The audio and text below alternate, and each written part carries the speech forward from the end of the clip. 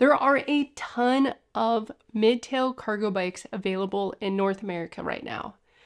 Tern's new Quick Haul Long is the best priced midtail cargo bike with the reliable Bosch e-bike system, 85 Newton meters of torque, and the great Tern accessory ecosystem. It has some nuances, and it may or may not be the right cargo bike for you. So in today's video, we're going to dig into what makes this bike special, my concerns, and some of the nuances that I ran into, and then who I think it's for. Welcome, I'm Arleigh, aka Bike Shop Girl. I've worked in the bike industry for the last 20 years, including owning a niche cargo bike shop and working for a popular cargo bike brand.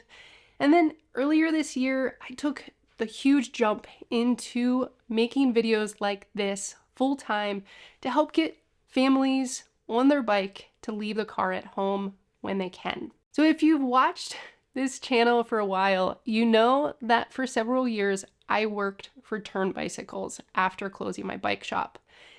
It's a wonderful brand, really pushing the standards for cargo bikes and just general bikes for transportation mentality. And today we're going to walk through their newest cargo bike, the Quick Haul Long. And this is also the first cargo bike of their lineup that I had nothing to do about. So this is a midtail cargo bike. It's able to carry 2 kids or 1 adult. It retails for $3,799 here in the US. And I would say it sits in their cargo bike lineup somewhere between the Quick Haul, which is a short tail, the HSD, another short tail, and the GSD midtail. So we're going to dig into what makes this bike special, some of those nuances. Now the Quick Haul Long is a midtail cargo bike. So the deck length is longer and it's using the same length as the GSD. It allows you to carry up to 2 kids, including 2 child seats when you're using the Tern Clubhouse Gen 3 rail system. It uses 20-inch wheels on the front and back. This keeps the bike compact, but you can still fit one size fits most of somebody 5'1" to 6'1". This is achievable with a super long seat post and an adjustable speed lifter on the front end. It has a 7-year warranty if you sign up for Tern Care, and this covers the Tern frame and fork. You're going to have a 2-year warranty on the e-bike system. The max gross vehicle weight, which includes everything from the bike, accessories, you, and your cargo, is 419 pounds. And an important note is that it's been tested to the German cargo bike standard DIN 79010. This is something not enough brands that I cover are talking about in their specs, and probably not even going through the test themselves. The rear rack is a bolt-on design, unlike the GSD, and it holds 198 pounds. Though I will note, when pushing the weight limit of that rear rack and the max gross vehicle weight of the bike, it certainly has more lateral flex than the GSD. This bike, like all Tern e-bikes, has stock fenders, front and rear lights, and a front wheel lock that's key to the battery. And it's a type that it's gonna stay in the lock if it's unlocked. I love this because it means I always have a key to lock up my bike, but it also means if you leave this bike somewhere, you wanna take that wheel lock key with you because it's also the key to your $700 bike battery. This bike uses Bosch's e-bike system 2, which is tested to the strict UL 2849 requirements. And the motor is the super hefty cargo line motor, giving you 85 Newton meters of torque, the most torque available from Bosch. The remote and display is the compact yet super effective Bosch Purion on your left side of the handlebars.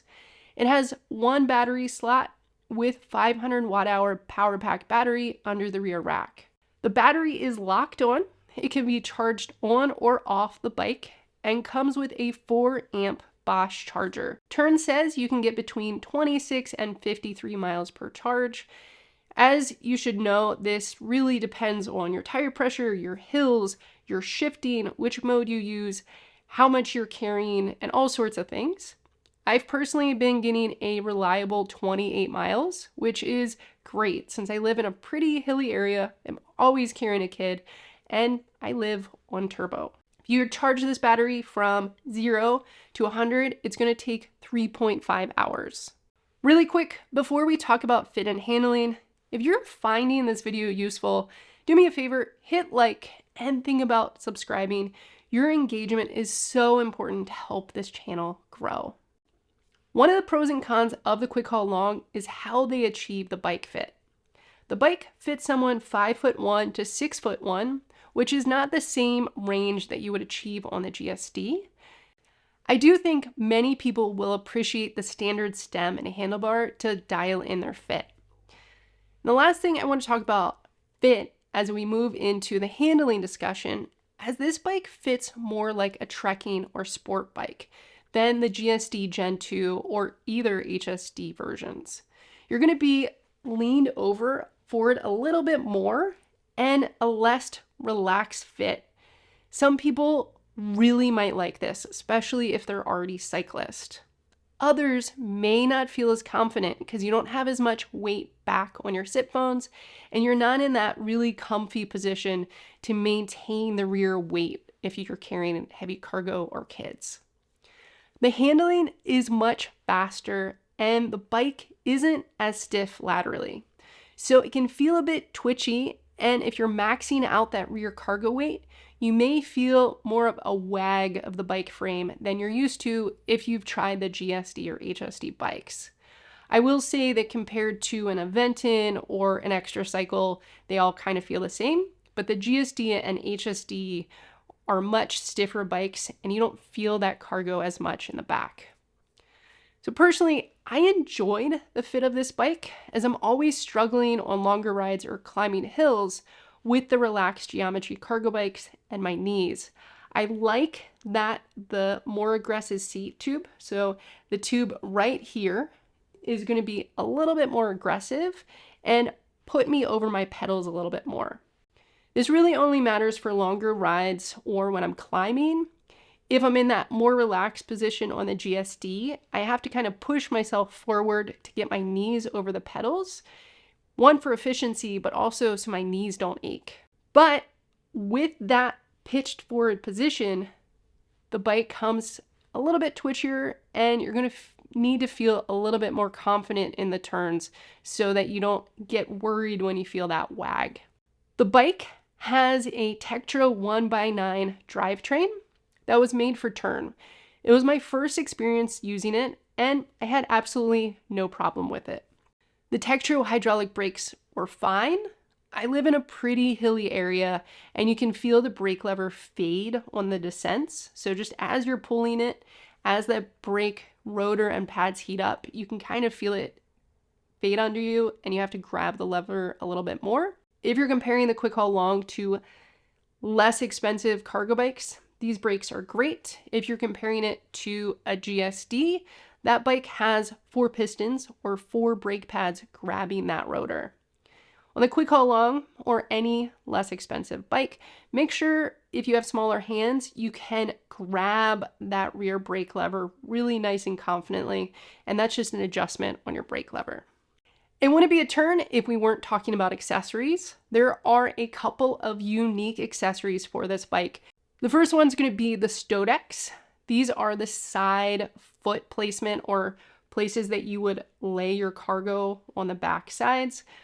And you originally saw these on the Tern Aurochs, but they're not compatible with the GSD. These are some of my favorite accessories made by Tern.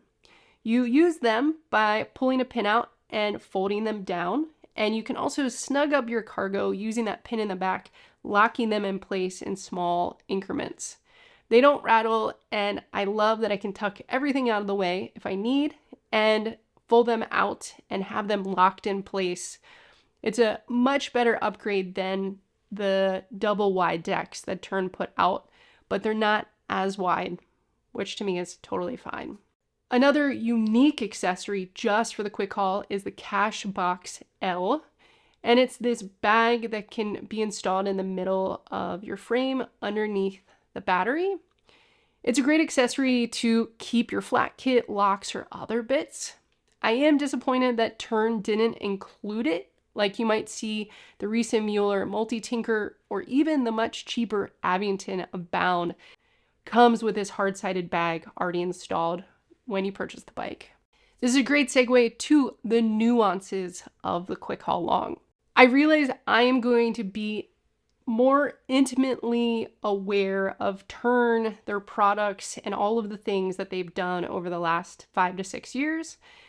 First, as a cargo bike shop owner, selling a lot of Terns and then working for Tern.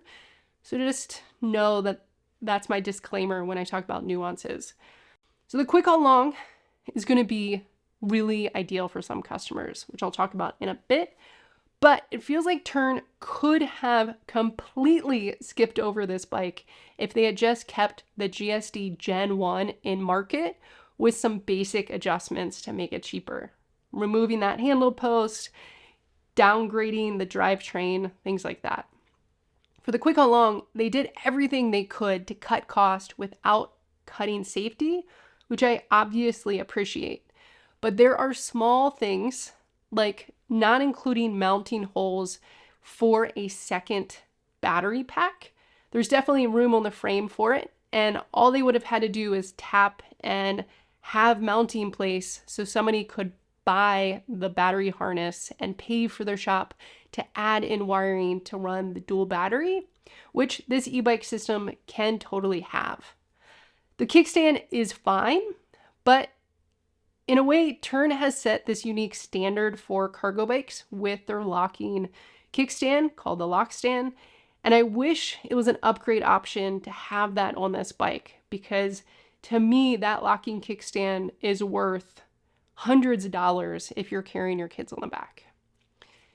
One annoyance I ran into with this kickstand is that the weight of the rear cargo makes the feet move if you have the extensions installed. With time, they will pivot and kind of be out of wonk, which means that it might cause the bike to not be as steady. I haven't found a way to overcome this. I just tighten them every couple of weeks and it seems to stay in place. But something to note and something to check over when you're airing up your tires. On the rear of the bike, the rear light got in the way of using my Yep Easy Fit seat. I just kind of bent it out of the way on this review bike. But if that happens to you, I would completely flip the light bracket to lower everything down and out of the way. And finally, they opted to put on the very durable but rough riding Schwalbe pickup tires. These tires are great if you're concerned about flats, but the sidewalls are really stiff and it creates this bike to ride really stiff. So though it's not laterally as stiff as the GSD, it's a much rougher ride, especially for my kids. This is getting into the weeds a little bit. So if you pair these stiffer tires, the lack of front suspension, with the harder pads of the Clubhouse Gen 3, which I'll have a complete review of that accessory in the future, my bigger kids really didn't like riding this bike, and they don't typically complain. So I switched out to using an extra cycle pad and their worries went away. But something to note that if you're having rougher rides, the new pads on the Clubhouse Gen 3 are just not nearly as padded, and the tires on this bike are super stiff and lead for a rougher ride. Let's talk about price. The bike starts out at $3,799 here in the United States, but that's just for the bike. I do plan on having a video in the future talking about the all-in price for cargo bikes. But for this bike, what I want to talk about is the minimum viable product if you want to carry kids. So you're looking at a Clubhouse Gen 3, the rail system, pads, those side decks, and kickstand extensions. This is the minimum setup that I would have to carry my 6 and 9-year-old. If I wanted to carry my sub 2-year-old, I would also need to be buying this seat. So you're looking at $4,259 to have a bike to carry your kids. This does not include any bags or front racks if you want to carry cargo or groceries or whatever. Also doesn't include locks, helmets, rain gear, or any of the other things. So just kind of be thinking through that all-in price when you're thinking about the bike and all the things you need. Most importantly, who do I think the Quick Haul Long is for? I see it having a few key buyers over any other bike on the market. The first, you want the least expensive midtail with Bosch's cargo line motor. Maybe you don't even care about the midtail. You just want that cargo line motor to pull a trailer, whatever you're going to do with it. Or you're looking to get into Tern's ecosystem of accessories for a midtail cargo bike. This is going to be the most affordable option for either of those things. The second buyer is if you want a cargo bike that fits and handles more like a normal bike because you have normal handlebar, stem, and that fit that's pitched a little bit more forward over the pedals. And then the third person, which I actually might fall into, you want a cargo bike without all the bells and whistles, like suspension, internally routed housing, and cables. I love that this bike has all the cables on the outside. It doesn't have suspension, and it's just going to be a workhorse bike. Absolutely love it. But ultimately, this is the best priced midtail cargo bike with that 85 Newton meters of torque, reliable Bosch e-bike system, and great accessories. If you're looking to purchase one, you can purchase through my affiliate link below where I make some commission, and you just have it shipped to your local Tern dealer. And if you don't have a local dealer, they will ship it to your local Bosch dealer. Now, all that being said, that was my review of the Quick Haul Long as a standalone cargo bike review. I'm working on another video comparing the Quick Haul Long to the Quick Haul and the GST, so let me know what you would like to have covered in that video.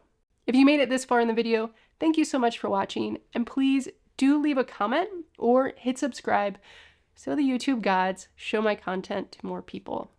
Until the next video, stay well, stay good, and get on your bike and leave the car at home when you can.